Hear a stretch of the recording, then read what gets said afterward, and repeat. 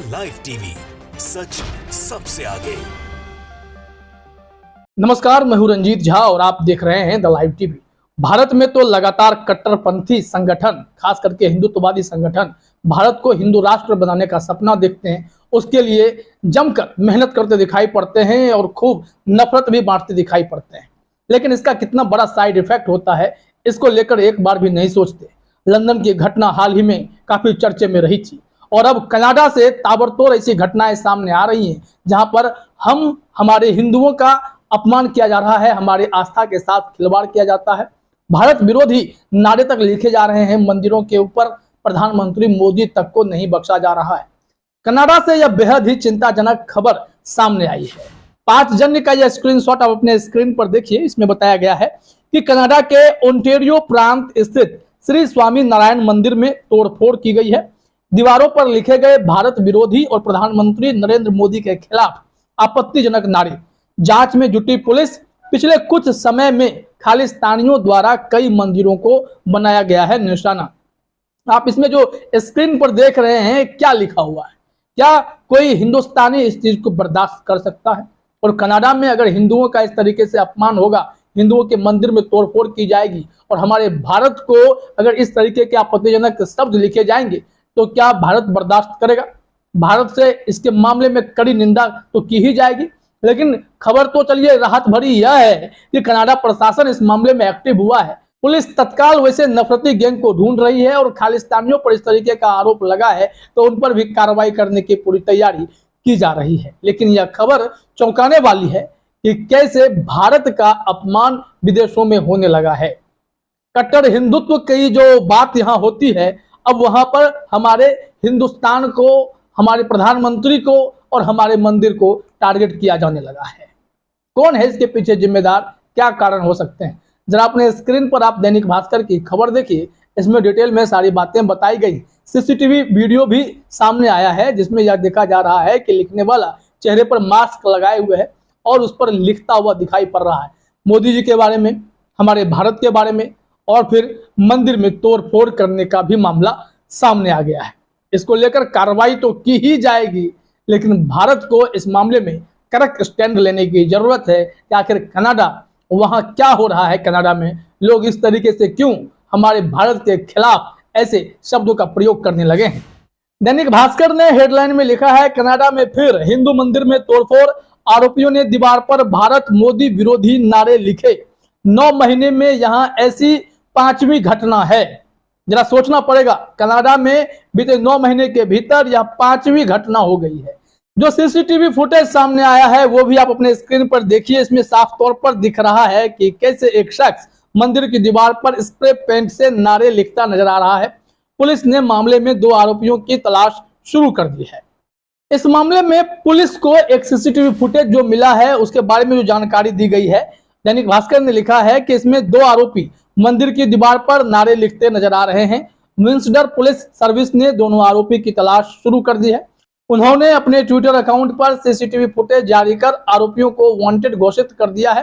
Canada में पिछले साल जुलाई के बाद से इस तरह की 5वीं घटना है, यानी लगातार ये सिलसिला जारी है और न ही कनाडा इस पे कोई ठोस कदम उठा पा रहा है, न ही भारत की तरफ से कोई स्टैंड ऐसे मामले में लिया जा रहा है। आखिर ये लोग होते कौन हैं जो हमारे हिंदुस्तान को अपमानित करेंगे या फिर हमारे प्रधानमंत्री पर इस तरीके की टिप्पणी करेंगे? कतई किसी को अधिकार नहीं है। ये मोदी के बारे में जो दीवार पर शब्द देखे गए हैं वो तो बेहद ही चिंताजनक है और इस तरीके से कोई भी हमारे देश पर, हमारे देश के प्रधानमंत्री पर या देश के किसी भी नागरिक पर उलझुल जुलूल हरकतें बर्दाश्त नहीं की जाएंगी। कोई नहीं कर सकता है। इस मामले में मंदिर प्रबंधन का क्या कहना है वो भी जरा देखिए। मंदिर में काम करने वाले हर्षल पटेल ने कहा, हम मंदिर की दीवार पर नारे देख चौंक गए। ऐसा यहाँ 20 साल में पहली बार हुआ है। हमने तुरंत लोकल पुलिस को इसकी सूचना दी। मंदिर में सभी स्टाफ को आगे के लिए आगाह कर दिया गया है। वहीं घटना के बाद से शहर की हिंदू कम्युनिटी गुस्से में है। निश्चित तौर पर हिंदू कम्युनिटी को गुस्सा आएगा ही आएगा। एक तो हमारे देश का अपमान होगा, वहीं हिंदुओं के मंदिर में अगर तोड़फोड़ की जाएगी तो बुरा तो लगेगा, क्योंकि कनाडा में घटनाएं लगातार घट रही हैं। गांधी जी की मूर्ति तक तोड़ दी गई। हाल ही में यह घटना मार्च महीने में हुई थी। इसको लेकर भी दैनिक भास्कर ने जो जानकारी दी है वो अपने स्क्रीन पर आप देखिए। इसमें बताया गया है कि 27 मार्च को कनाडा के ब्रिटिश कोलंबिया प्रांत की साइमन फ्रेजर यूनिवर्सिटी में महात्मा गांधी की मूर्ति तोड़ी गई थी। वहीं 23 मार्च को ओंटारियो प्रांत के हैमिल्टन शहर के सिटी हॉल में लगी महात्मा गांधी की मूर्ति पर भी तोड़फोड़ की गई थी। खालिस्तान के समर्थकों ने उस पर स्प्रे पेंट से भारत और प्रधानमंत्री नरेंद्र मोदी के खिलाफ नारे लिखे थे।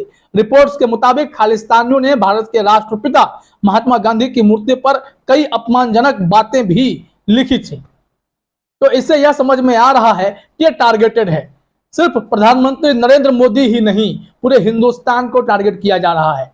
दूसरी तरफ महात्मा गांधी की मूर्ति जहां जहां है उसे खंडित की जा रही है, उस पर अपशब्द लिखे जा रहे हैं। इसे कौन बर्दाश्त करेगा? एक सच्चा हिंदुस्तानी का खून खौल उठेगा अगर कोई हमारे भारत को इस तरीके से अपमानित करने की कोशिश करेगा।